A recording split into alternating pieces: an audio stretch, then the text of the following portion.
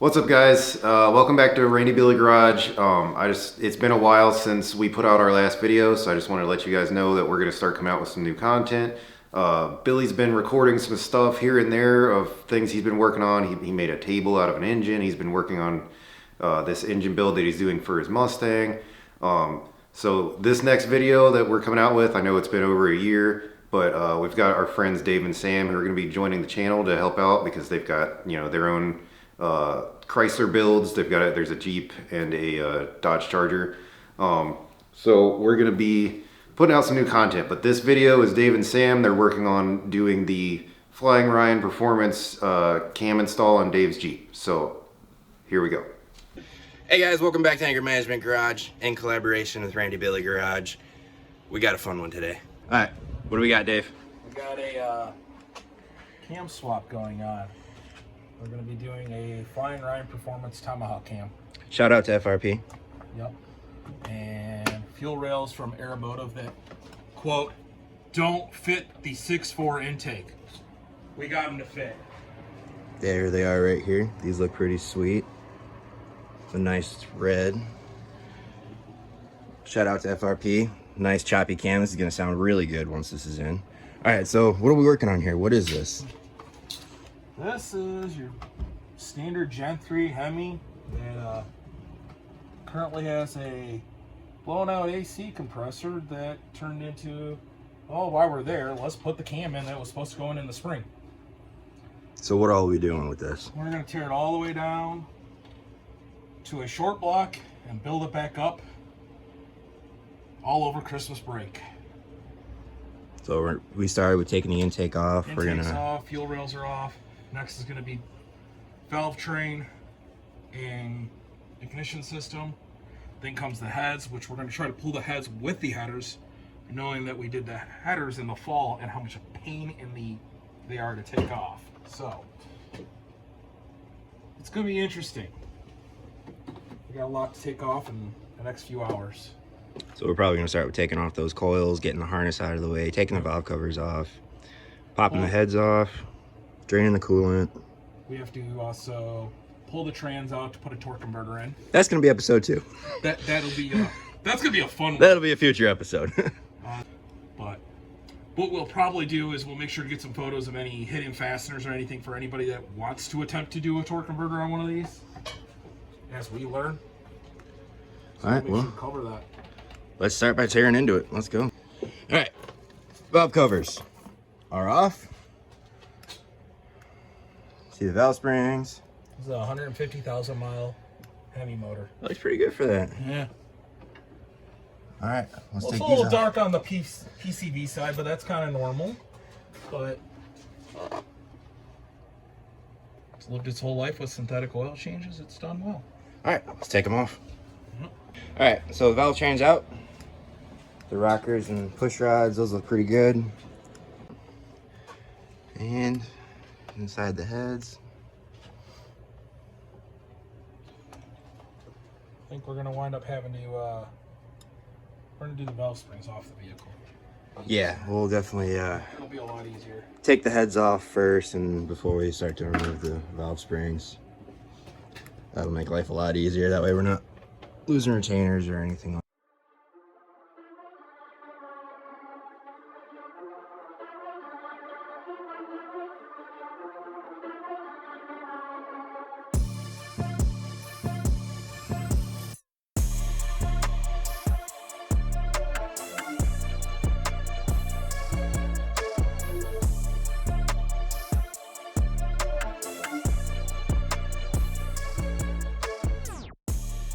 We got the radiator pulled out. Now it's time to pull the front accessory drive off and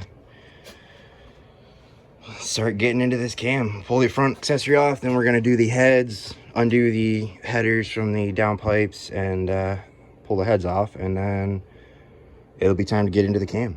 Let's go.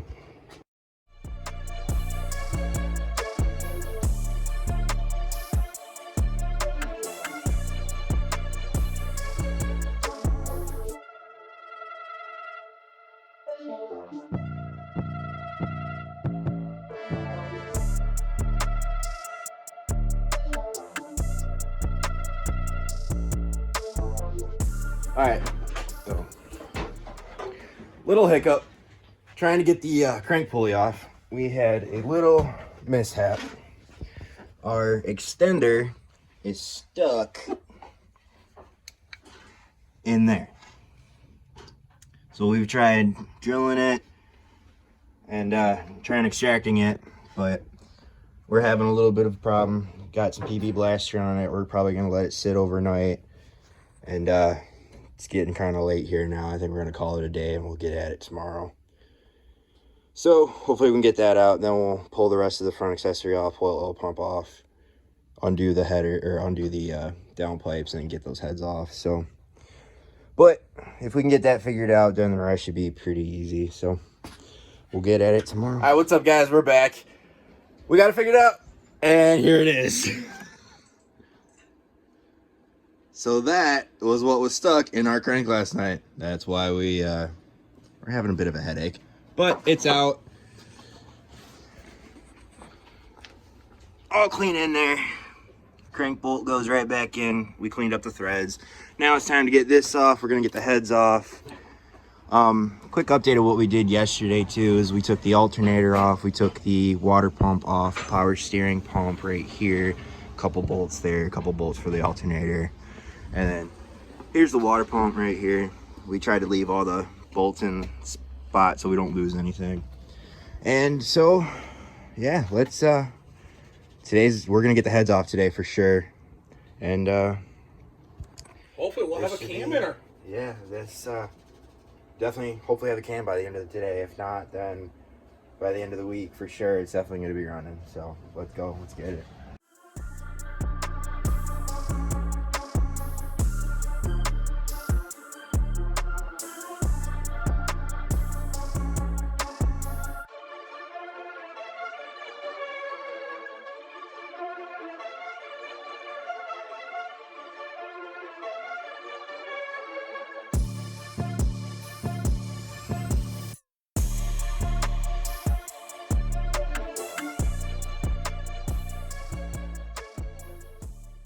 Heads off and the front cover's off, so looks good in there.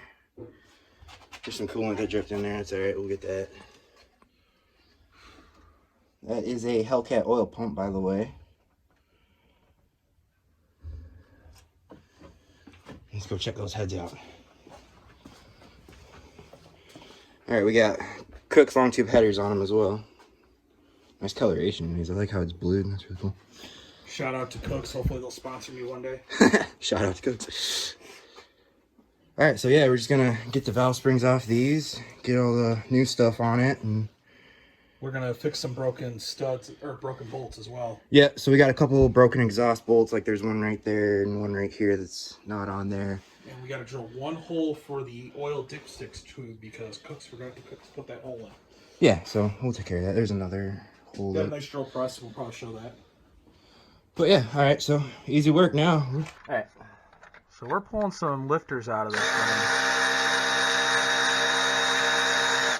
And they got 160,000 miles on them. Never been touched. Curious to see what these are gonna look like. I have a sneaking suspicion we're gonna put that lifter myth to rest right here.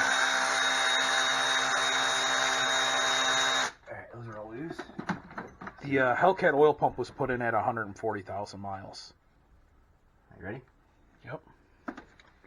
Lifters have not spun, Oh, so they that's a came good right out of the that's a tray, good sign so far. That looks good. That's pretty clean. These are the MDS lifters too, Yeah. by the way. So yeah, I would say those are pretty good. So far, so good. Just recently turned MDS off too. You could still see the factory mark on that one. Did you see that? Or Yeah. no, that's wear. That's where? That's side wear. It's got a little side wear on it, but that's not bad. I mean, they're not chunked, they're not lobes, so that's There's no good. pitting in the lobes either.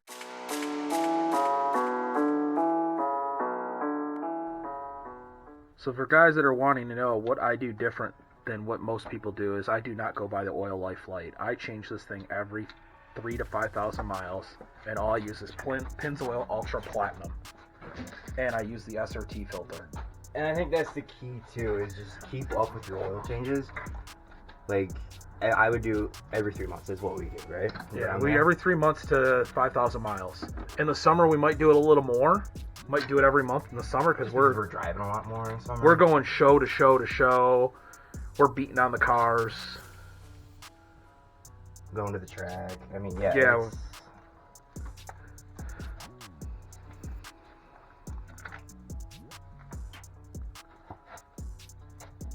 Like, there is no signs of any issues on these No, lifters. these are in really good shape. So like I said, guys, maintenance. And that oil cup, or that oil pump from the Hellcat. The only thing you guys got to do is make sure you change the valve spring in there from your oil pump into that, or not valve spring, the pressure relief spring.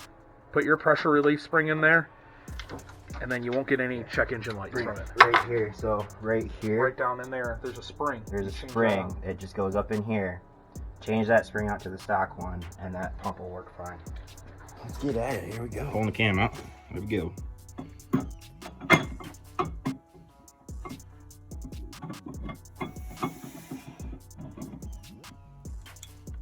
Oh, that's it.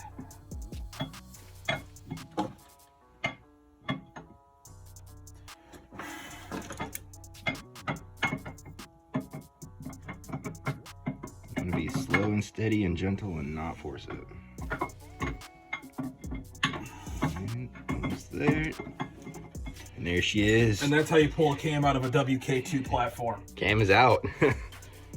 All right. Nice. Just this was the plate that went over there. There's just a couple bolts there that comes off behind the timing chain, and then yeah, let's see that. This is all normal. No pitting. This is, again, like we've been preaching, maintenance. Maintenance. Keep up with those oil changes, and that's in pretty good shape. What's not broadcast too much is these are used a very soft metal, is what Chrysler uses, and that's why you have to use Pennzoil Ultra Platinum. Yeah. It's got a additive package for the soft metal. So make sure you guys use the right oil. Yep. And That's always key. use a good filter. That Never is go key. with the cheap Fram filter. Nope. Usually OEM filters are OEMs are best. probably the best you do. After that, get a Wix.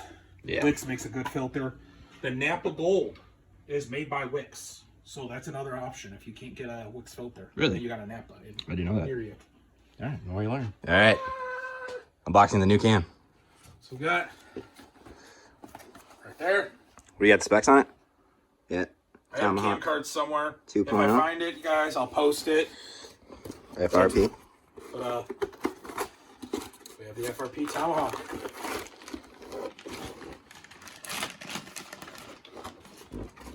Now, Ryan from FRP is an ex-military guy, if I'm not mistaken. So every single one of his cams are named after a weapon. That's where the Tomahawk gets its name from. So we'll see engraves Tomahawk on there. Tomahawk 2.0.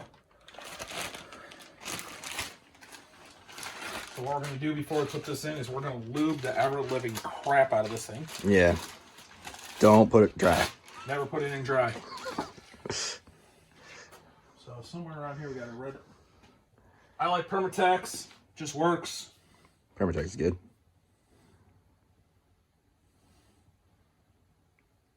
The more the merrier. Does not hurt. All you're doing is just keeping these cam lobes from getting wiped until it gets oil pressure. Guys, I don't like gloves. I'm just not that guy. I'd rather just go wash my hands. Yeah. Kind of weird. Takes too much time to put a glove on. They break. They rip. It's a pain. Yeah. It's the old man in me, you know. My dad never wore gloves. I don't wear gloves. And also, if you don't have Permatex, lube, or anything like that, just some regular motor oil. Just get it. Get the correct lube. Yeah, but I'm like, if you don't have that, just soak it in some oil, because that's what we did with mine, and it worked just fine. Yeah.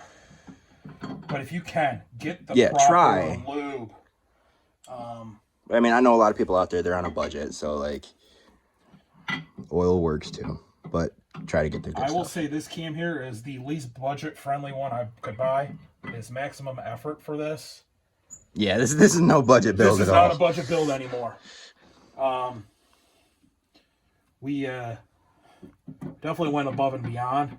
You got that cam bolt? I'm gonna need the cam bolt here shortly. All All right, fellas. So This is normal. Just twist it until it goes in. and we put the cam bolt in the end to give it a little bit. Give me a little leverage. That went in pretty easy though. This is probably the easiest one we've had.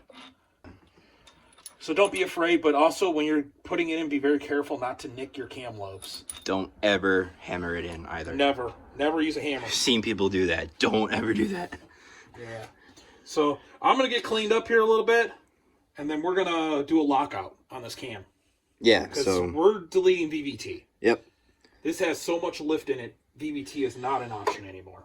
Yep. So we've got like a little nub that's gonna go in the. And you're gonna probably phaser, bear so- with us as we read directions because Yeah. it'll be our first time doing it. We're still learning. All right, so here's the little lockout that we were talking about. Not quite sure how this goes together yet. We got to read the directions on it, but this is kind of what it looks like, and this is the back of the phaser. So it's gonna go in there somewhere. But it's a nice piece of metal. So, all right, and there's part number for anybody looking. By comp cams. All right, so we got the phaser torn apart here. You want to leave this bolt in so you can just pull this out of the way. The little tool goes on the end, and see that little pin right there? There's one right there that this thing, you can kind of see it right there. It pulls that spring out. You tighten that screw there, and it pulls the spring and loosens it so this can turn, and then you pull this out of the way. And then here's our little lockout right there. It just slides right in there. You might have to hit it a little bit with a hammer, but it went in pretty well. Key with that is we used a brass hammer so that we didn't mar up the surface. Yeah, you don't want to chip anything here because this is part of the oiling system. So that went in fairly well. And then you just you're supposed to put a little piece of Loctite on that little thumb screw in there and just thread it down as tight as you can get it. There's no torque specs on here. So, and then what we're going to do now is just put this back on. The key And is put the screws. long one goes right there. Yeah. With that. So each screw is short except one. This one is longer. See that pin on the end? Show the other screws. So there's your difference of screws. The long one is going to go right where the tool is. So that one is going to go right there. And then just tighten them back down. Get that one back in. And we did find out all the measurement or the tools required were wrong. Yeah, so here it says there's what you need. Yeah, it's not. It's actually a T30, 3/16, a 3/16 Allen, and a 5/32. and a 5/32 Allen. So they got the 5/32 part right, but not those top two are wrong. But yeah, we're just gonna tighten that down until it's tight. We're gonna torque it down into. All right, so we're gonna tighten those up, and then we're gonna remove that tool, and then it should be good. Right, It's all there. locked And then out. That's locked out. So that is how you put the locker in. Again, here's part number 5760 from Comp Cams. Consult your cam manufacturer on if you need a lockout or a limiter. Yep. Always. There's only you don't need that for every cam. There's only certain cams that require that. So on this one, it's required. On a lesser powered cam, You might need a limiter. And if it's one of the OEM spec cams, more than likely you don't need it anyways. Yeah, so like I SRT swapped mine and it didn't need it. So it still uses the BBT. So it's only on certain cams. So be sure to check into that. All right, well, putting the new lifters in. So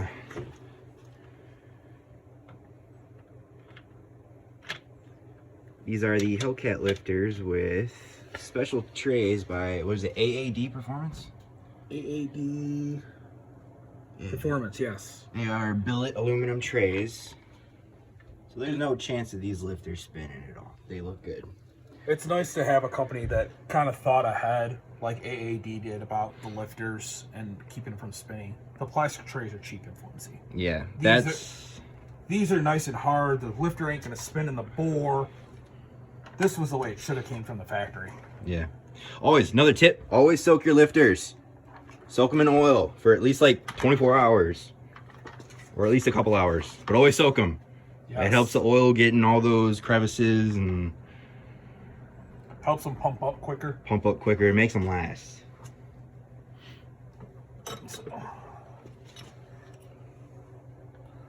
As you can probably see in the video here, they form right around that lifter so it does not move. No chance of deflecting. Show the under one of the lifters. See how it's like, it's got those 2 little grooves on each side? That's the only thing keeping it from fits spinning. right there. That's why it's nice to have the billet one. Because the plastic can deflect and you got who knows what going on. And that's one of the known cam failures. Yeah. Lifter failure is the biggest killer of the Hemi. And then another thing you guys might be seeing here, I'll tell you, I used to be an LS guy. The one fatal flaw I see in the Hemi design is the angle of the lifters. Yeah. They are completely parallel with the road. So you can see that, how they're going in sideways. They're basically sitting like this. So you got your push rod that comes down and then it's sitting like that. That's not good for oiling. You know how gravity works, it goes down. Well, it's not really getting to the needle of the lifter. I mean, into the needle bearings that well. Now Johnson makes a revised lifter. They're not cheap, but they're like the be all end all, and they have a special oiling passage just for the needle bearing. but the Hellcat lifters work good too. Yep. All right, so we'll just get the bolts, snug those up, and then people do say there is no lifter failure in the Hellcats lifters. There's lifter failure. It happens. Yeah, I mean, it's just Every Hemi is known for lifter failure. I don't care what anybody says. The Hellcat lifters are less prone to it, but it does happen. You keep up with your maintenance, and then you're gonna have less chance of having a lifter failure. So that's the big thing. Just keep up with the maintenance, and you'll be good. So that's them. We're gonna get those bolts in there, snug those up, and Probably call it a night. probably call it a night. It's getting kind of late, so. But yeah, so that's today, and then we might knock out these valve springs. We can do that, and We're gonna have to fix our broken bolts probably tonight too. I can do that by myself. yeah, that's just for the exhaust studs. So I We mean, need to get those we can- exhaust studs fixed because nobody yeah. likes leaky exhaust. No, I got an exhaust tick in mine, and it's not fun. But all right, so yeah, that'll probably be. Here you go. While you're at it, What was that? Oh yeah, here's the plastic lifter trays. I mean, you See, can see it's plastic. I mean, yeah, it doesn't really deflect much, but I mean heat. under load and heat. Heat and cool, heat and cool, heat and cool. We all know what happens with plastic. Yeah. When it heats and cool so many times. Yeah, so It breaks. it does. All right, so yeah, we'll cut to the next day then. So yeah, there's the Friday AC compressor. That thing is gnarly. Yeah, that's done.